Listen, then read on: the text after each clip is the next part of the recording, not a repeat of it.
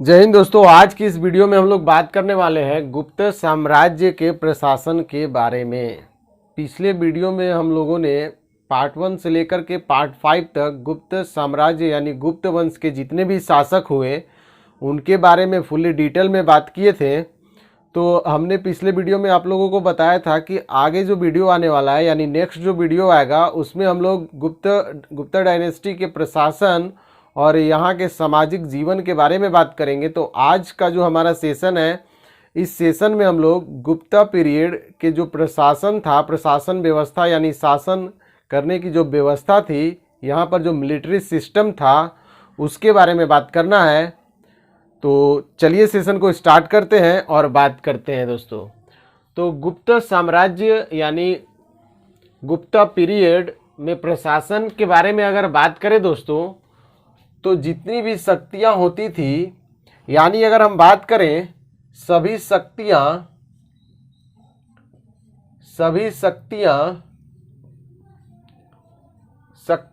वो राजा के पास होती थी। यानी सभी शक्तियों का जो सुप्रीम पावर जो होता था वो राजा ही होता था। यानी सभी शक्तियां राजा के पास होती थी।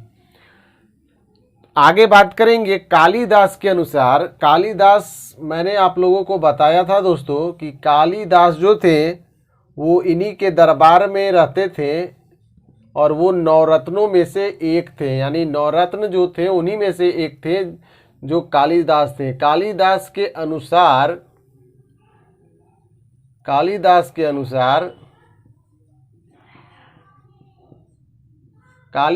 अनुसार अगर बात करेंगे दोस्तों, तो शासन की सहायता के लिए, यानी शासक जो था यानी राजा, शासक की सहायता के लिए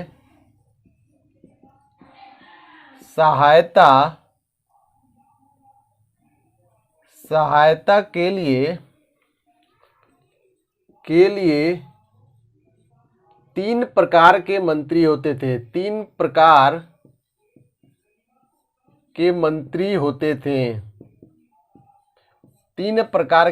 होते थे दोस्तों। कालिदास बोलते हैं कि इस समय यानी गुप्त साम्राज्य में जो राजा था उसके शासन के लिए यानी शासक की सहायता के लिए मंत्री परिषद होती थी। यानी तीन प्रकार के मंत्री होते थे। इसी को इन्होंने मंत्री परिषद नाम दिया। मंत्री परिषद होती थी जिनमें तीन प्रकार के मंत्री होते थे। अगर बात करें तो दोस्तों ये फॉरेन यानी विदेश के बारे में बात करेंगे, विदेश। दूसरा अगर बात करें तो न्यायिक, और तीसरा अगर बात करेंगे तो वित्त। ये तीन प्रकार के मंत्री के बारे में बात किया गया है ये कालिदास के अनुसार। यानी सबसे पहले मैंने बोला कि सभी शक्तियां राजा के पास थी और कालिदास के अनुसार शासक की सहायता के लिए एक मंत्री परिषद होती थी जिनमें तीन प्रकार के मंत्री होते थे। एक विदेश, दूसरा न्यायिक और तीसरा दोस्तों वित्त विभाग।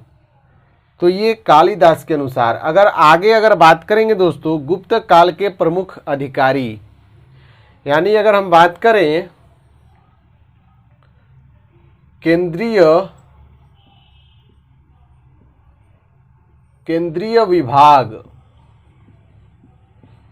विभाग में अगर हम बात करें दोस्तों, यानी केंद्रीय विभाग या केंद्रीय प्रशासन, इसके बारे में अगर बात करें तो दोस्तों बहुत सारे अधिकारी थे गुप्त काल में प्रमुख अधिकारी कौन कौन थे उसके बारे में बात करेंगे। प्रमुख अधिकारी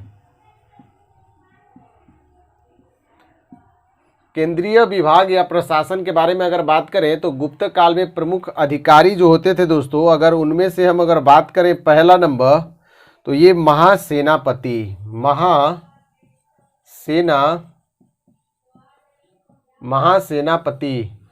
ये महासेनापति जो होता था दोस्तों वो राजा के अंडर में होता था। यानी राजा के बाद महासेनापति नाम से ही पता चल रहा होगा दोस्तों कि ये जो महासेनापति है वो सेना का सबसे उच्च अधिकारी होता था। सेना का जो हेड होता है वो उसी को बोला जाता था महासेनापति, यानी ये राजा के अधीन होता था। सबसे ऊपर राजा, उसके बाद अगर सेना में बात करेंगे तो महासेनापति। तो आप लोग समझ सकते हैं सेना का उच्च अधिकारी। आगे अगर बात करें महादंड नायक, महादंड नायक नाम से आपको लग रहा होगा कि महादंड नायक इसका नाम है तो ये दंड देने का काम करता होगा, लेकिन दोस्तों ये बिल्कुल वैसा नहीं है कि महादंड नायक बोला जाता है ना कि जैसा नाम से किसी की पहचान नहीं पता चलती है, तो उसी टाइप का है महादंड नायक।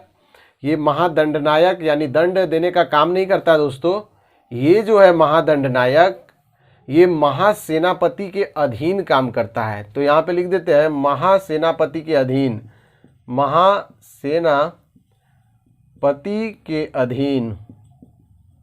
महासेनापति के अधीन रहकर इन्हें काम करना होता है दोस्तों। महासेनापति के अधीन रह कर के ये काम करते थे, यानी एक सेनापति, महासेनापति से नीचे वाली जो पोस्ट है वो है महादंड नायक।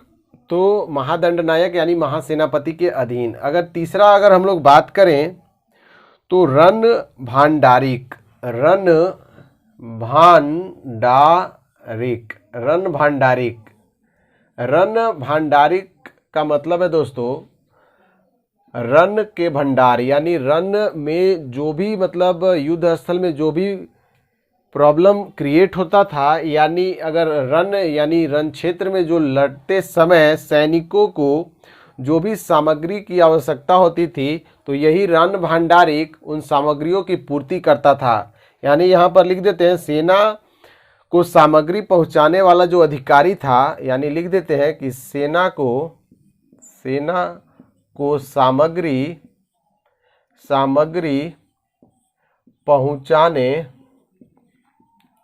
पहुँचाने वाला अधिकारी।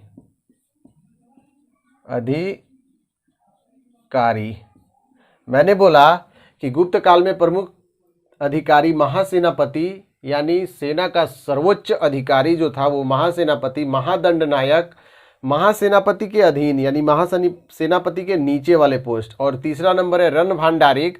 रण भांडारिक का मतलब मैंने बताया कि सेना को सामग्री पहुंचाने वाला जो अधिकारी होता था, सेना को कोई भी सामग्री अगर घटती थी तो उसे पहुंचाने का जो काम करता था वो रण भांडारिक करता था। तो आप लोग याद रखेंगे कि किस किस का क्या क्या काम है, उसको आप लोग याद रखेंगे। आगे अगर बात करेंगे तो एक और आता है दोस्तों महासंघी विग्रहक।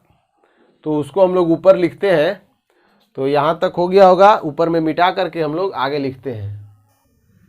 आगे हमने बोला दोस्तों 3 नंबर तक हो गया था, 4 नंबर हमने आपको बताया कि महासंधि विग्रहक। महासंधि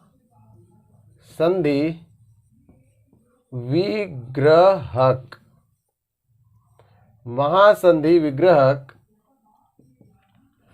जो था दोस्तों, इसके बारे में अगर बात करें तो इसका जो काम होता था, इसका काम क्या होता था, तो पड़ोसी राज्यों के बारे में अगर बात करें, पड़ोसी राज्यों के साथ हमें संधि करना चाहिए या नहीं करना चाहिए, उसके साथ युद्ध जैसे बर्ताव ही रखना चाहिए या संधि करना चाहिए, तो उससे रिलेटेड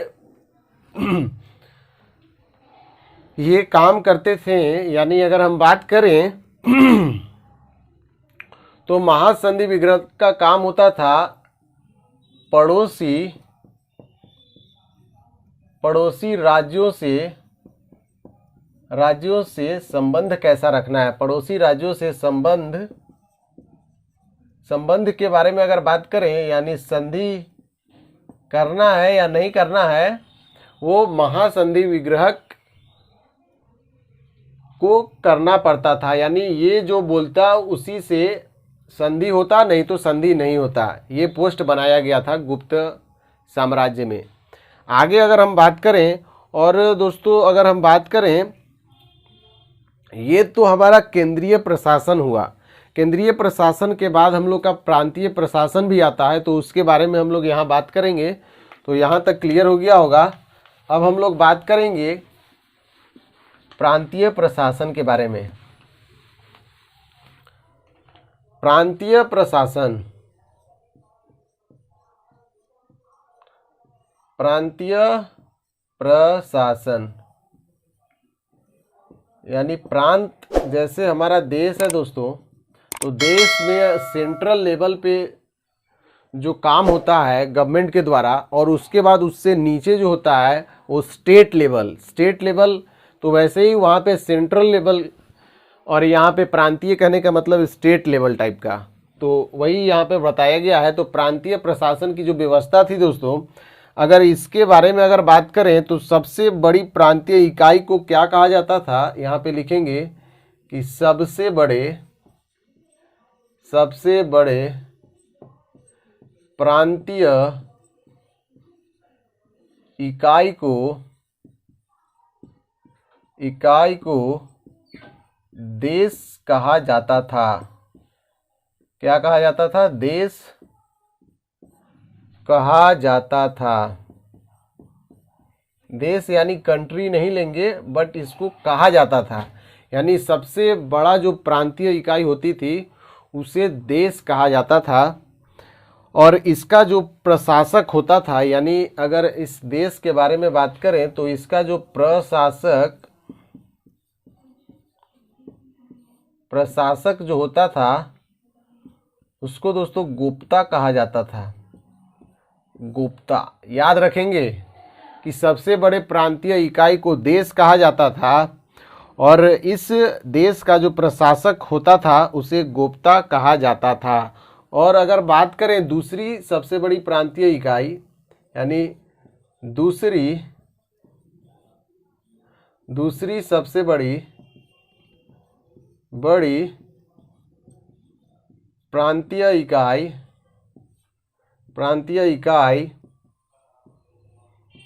तो दोस्तों दूसरी बड़ी प्रांतीय इकाई को भुक्ति कहा जाता था।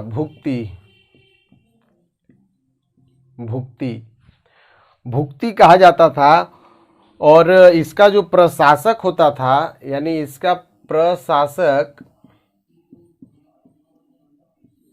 अगर सबसे पहले मैंने आपको बताया कि सबसे बड़ी प्रांतीय इकाई को देश कहा जाता था और इसका जो प्रशासक होता था वो गुप्ता कहलाता था, और दूसरी सबसे बड़ी इकाई जो होती थी उसे भुक्ति कहा जाता था और इसका जो प्रशासक होता था उसे उपरिक कहा जाता था।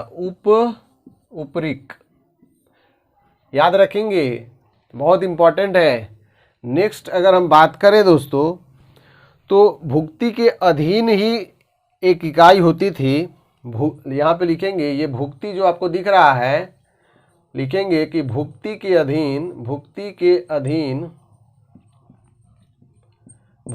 अधीन जो इकाई होती थी, अधीन इकाई, इसको विषय कहा जाता था। विषय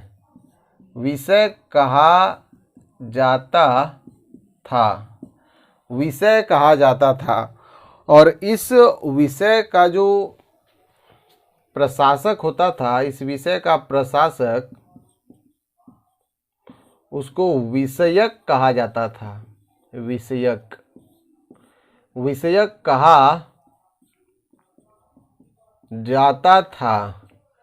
मैंने अभी तक आपको बताया कि प्रांतीय प्रशासन में सबसे बड़े प्रांतीय इकाई को देश कहा जाता था। आपसे डायरेक्टली क्वेश्चंस एग्जाम में पूछ दिए जाएंगे कि गुप्त साम्राज्य में जो प्रशासन था, जिसमें प्रांतीय प्रशासन में सबसे बड़ी इकाई जो थी वो क्या कहलाती थी, तो आपको वहाँ पर देश करना होगा, देश को सही करना होगा। गुप्त प्रशासन में, गुप्त डायनेस्टी का जो प्रशासन था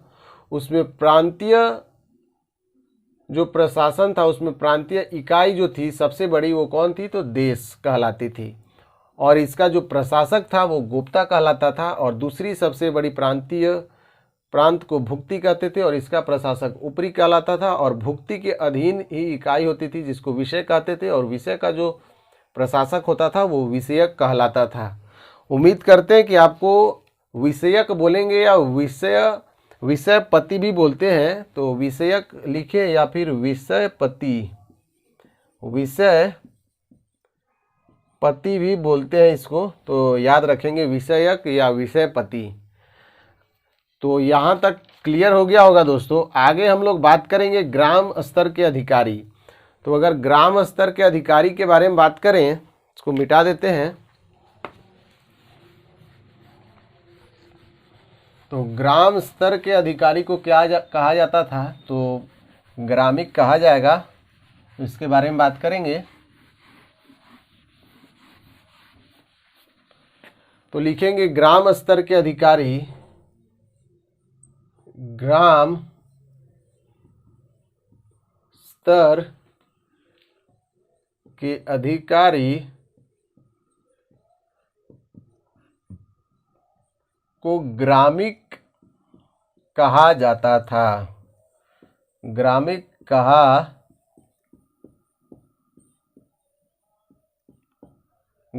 कहा जाता था। मैंने आपको बताया कि ग्राम स्तर का जो अधिकारी था वो ग्रामिक कहलाते थे। और प्रांतीय प्रशासन में सबसे छोटी जो इकाई अगर बात करें कि प्रांतीय शासन यानी प्रांतीय प्रशासन में सबसे छोटी इकाई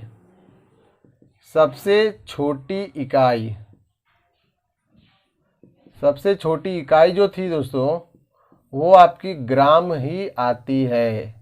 यानी मैंने आपको बताया कि ग्राम स्तर के अधिकारी को ग्रामिक कहा जाता था, और प्रांतीय प्रशासन में यानी गुप्त साम्राज्य की प्रांतीय प्रशासन जो मैंने आपको अभी बता रहा था, तो उसकी सबसे छोटी इकाई ग्रामी थी। और सबसे बड़ी जो इकाई थी वो मैंने आपको बता रखा है कि सबसे बड़ी प्रांतीय इकाई को देश कहा जाता था, और सबसे छोटी को यहाँ पे लिख देता हूँ कि प्रांतीय प्रशासन में सबसे छोटी लिख दिया, और बड़ी इकाई अभी मैंने पीछे आपको बताया था कि उसे देश कहा जाता था। तो इन दोनों को याद रखेंगे, काफ़ी इम्पोर्टेंट है। आगे हम लोग बात करेंगे प्रांतीय प्रशासन की बड़ी इकाई को देश कहते थे, ये हो गया। अगर हम लोग थोड़ा सा अगर इसको आगे बढ़ाएंगे तो राजस्व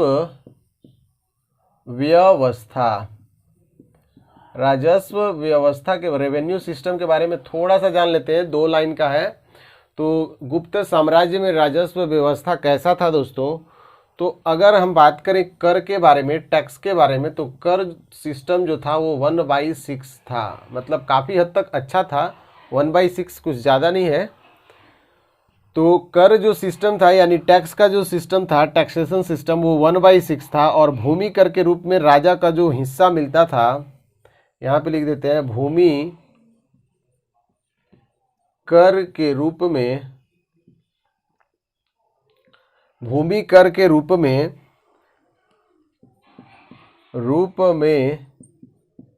राजा का हिस्सा जो होता था,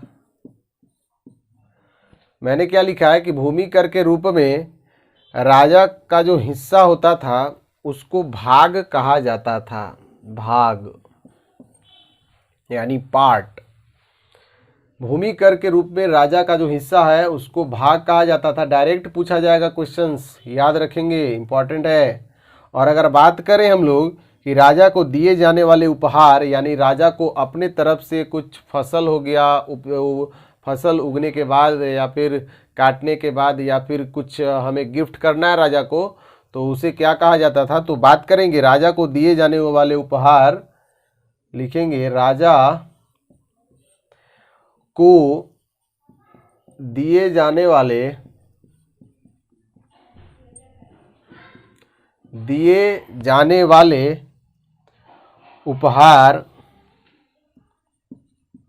उपहार को दोस्तों भोग कहा जाता था।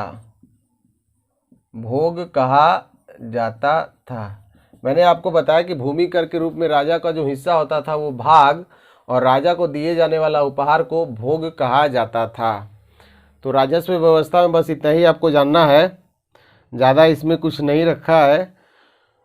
तो गुप्त साम्राज्य में प्रशासन इतना ही था दोस्तों। 2 सिस्टम मैंने आपको बताया, एक केंद्रीय प्रशासन और दूसरा जो था वो प्रांतीय प्रशासन। तो केंद्रीय प्रशासन में जो उच्च अधिकारी थे उनके बारे में बात की हम लोग, और प्रांतीय प्रशासन में भी हम लोग बात किए कि सबसे बड़ी इकाई, सबसे छोटी इकाई। तो अगला जो वीडियो आने वाला है दोस्तों वो सामाजिक जीवन पे आने वाला है।